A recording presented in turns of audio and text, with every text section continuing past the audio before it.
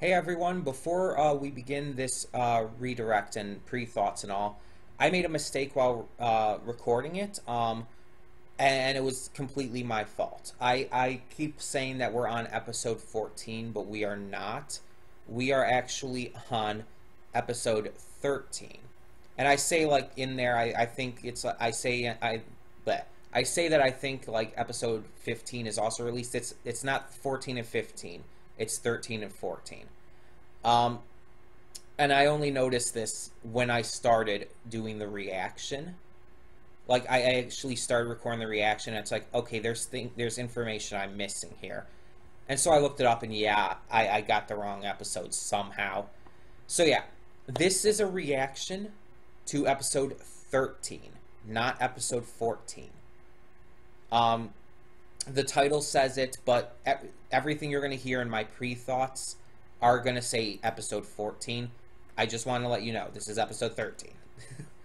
Okay? Thank you all, and enjoy. And don't just live for tomorrow,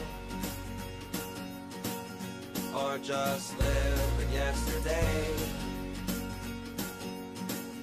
Just be glad for all you have that's in today.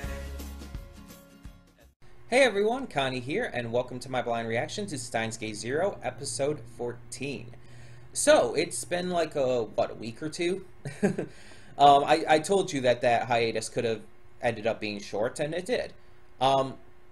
So yeah, I think there's like episode 15 is out as well, but I'm just gonna do the one episode at a time still, at least for this week. I might catch up like next week or so, I don't know.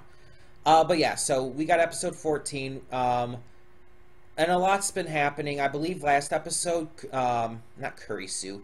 She looks like Curry Sue. I know her last name is Sheena because she's Mayuri's adopted daughter in the future. I can't think of her name. But she was starting to get her memories back. You know who I'm talking about. And she remembered who Mayuri was, and it was a really big moment. I don't know where this episode's going to go. There's a lot of options. They're probably going to explore the girl again some more. But all in all, this could take it in a lot of different directions. So before I get to this, I do want to say, I know at least one or two of you had mentioned to me, like, oh, where's Steins Gate 0 reaction? Is that coming back and stuff? And it's like, this is why I want you all to watch my update videos when I post them. Please watch all update videos. Even if you just listen to them in the background while doing something else. Because that's where I leave all the important information. If I'm going to put something on hold or drop it, that's where I announce it. Stuff like that. So please, watch the update videos. Because I had mentioned before that Steins Gate 0 was being put on hold. Back when I initially announced that I was dropping Attack on Titan Season 3. From Reaction specifically. Even though I did end up bringing that back after Gumball didn't work out, but still. The point is, watch the update videos, please. But yeah, Steins Gate 0 is back. It's only been, like I said, a week or two. So I'm excited to get back to this. I really do love this show. Like, very much so. I mean, I love the original Steins Gate. I've seen it a couple times. I love the movie. And this show really just lives up to everything. It's really just, it's showing that it's almost like the show never had that, like, years-long break.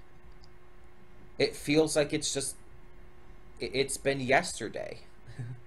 Because it's that well made. I mean, obviously the animation's been updated, but just in general, it feels like it picked off from where it left off, in a way. So, yeah, I'm really happy about how this series is going.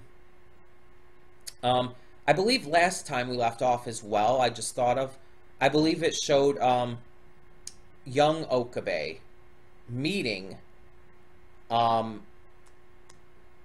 Mayuri's adopted daughter, again, I can't think of her name, but meeting her in the past in a very similar fashion to how he, in the movie, how he and young Kurisu met. Now, the movie, apparently, from what I've been told, is not canon. Like, it's not actually canon to the series. Which, I mean, you could kind of interpret as meaning, oh, it's its own world line. Let's be honest. With the way Steins Gate works, you could interpret it as that meaning that it's its own world line that's not actually canon and connected to the main series world line. That's how I'm viewing it. So it's kind of like it's a different Okabe in a way. A different world line's Okabe. And Kurisu and all of that.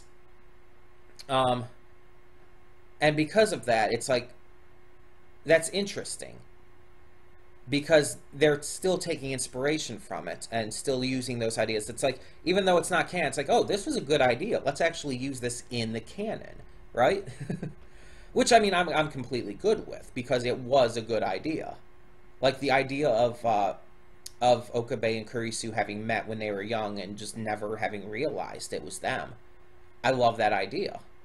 And now them doing it with Okabe and Mayuri's daughter. I'm still trying to remember her name, but I can't at the moment. I'll get it, like, pretty quickly once we start watching. But doing that, and the way they make it connect to the main story by having it be how Okabe learned the song and everything, was really clever. Even if it creates this whole loop, this whole time loop and everything. I heard people calling it a paradox. That's not right. Like, that's not what a paradox is. It's a time loop. There is a difference. It's not really a paradox, I would say. I'm not the most versed in that, so if someone else more knowledgeable about that kind of stuff would say it is, fine, but I see it more as just its own thing, you know? Either way, like I said, I don't know exactly what we're getting into with this episode, so we should probably just get this started. I'm excited. So when the screen fades to black, pause this redirect and go to the description below. Follow the link to the reaction, and after you watch it, come back here to the redirect and resume play. Because after it fades to black and then fades back in, everything from that point forward will be my afterthoughts and will contain spoilers to the episode. So that being said, thank you so much for tuning in today, and I will see you at the reaction. And we are back, and we'll begin with spoilers in 3, 2, 1, now. Okay, so I told you something was going to happen at the end there, just the way it was being set up. And especially with that van. That van kept going around, and it was definitely very suspicious. And for a second there, like right at the end, I thought it was going to grab her. I thought someone was going to open the door and grab her right off the street. Because that's kind of where you would think it would go with that kind of thing. But no, instead it's the music. The music the van is playing jogs more of Mayuri's memory. Or, Kaguri's memories. And because of it, she remembers something about how she had to take PTSD medicine when she was young, under Mayuri's care. Now, we had brought up the idea in this episode about her possibly having been brainwashed in the past. And that's a very valid idea. But the thing with this is, by the way, my hair looks terrible right now. Is that just me? Maybe that's just me. I guess that's a little better. Sorry about that. But we brought up that idea, and then at the end we see that this building that Moeka and Okabe find is definitely where she was kept, at least. Now, there's a lot of questions we still have, and especially because when her memory was jogged, Kaguri just did a complete 180 on her personality and everything. She dropped everything she was carrying and just walked off, completely disappearing. Not like literally disappearing, but you know what I mean. No one has been able to find her. and something hit her and something snapped in her, and I think it, like some kind of switch was triggered that brought her back into that brainwashed state. Somehow she was knocked out of it for a bit, and something triggered her being brought back into it. And I don't know exactly what the trigger was, but that's not a good thing, obviously. So yeah, that's really interesting. I didn't expect it to completely go in this route. But I guess we'll find out more in the future. Now, as I said before, I accidentally did start watching episode 14, so I saw a little bit about it, so I kind of knew that she disappeared already. I only saw a little bit because things started, like, connecting in my mind. It's like, wait, no, this doesn't make sense. None of this happened. I'm missing information. So I did see, like, the first, like, probably less than a minute, to be honest, of 14, but I'll probably forget it by next week. But yeah, this is interesting. I wonder if they're going to find her in this next episode or if they're going to find something else. There's a lot of information we need to figure out here. And I'm really, really interested at this point. Like, I mean, I was interested before, but, like, I'm really interested now. Yeah, I can't wait to see where this goes. I don't really have anything else to say, though. That's the thing. It's like, we saw Kaguri kind of acting like a child here, because it's like her memories from when she was like 10 or so return to her.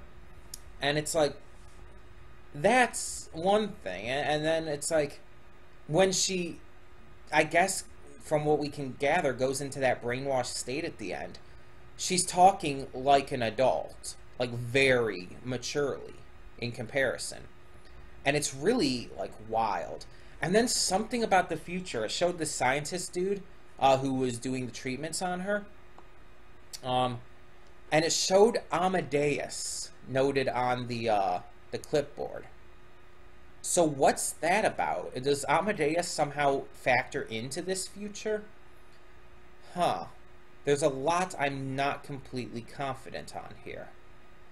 I guess we'll find out next time, though. Or at least, hopefully, find out something.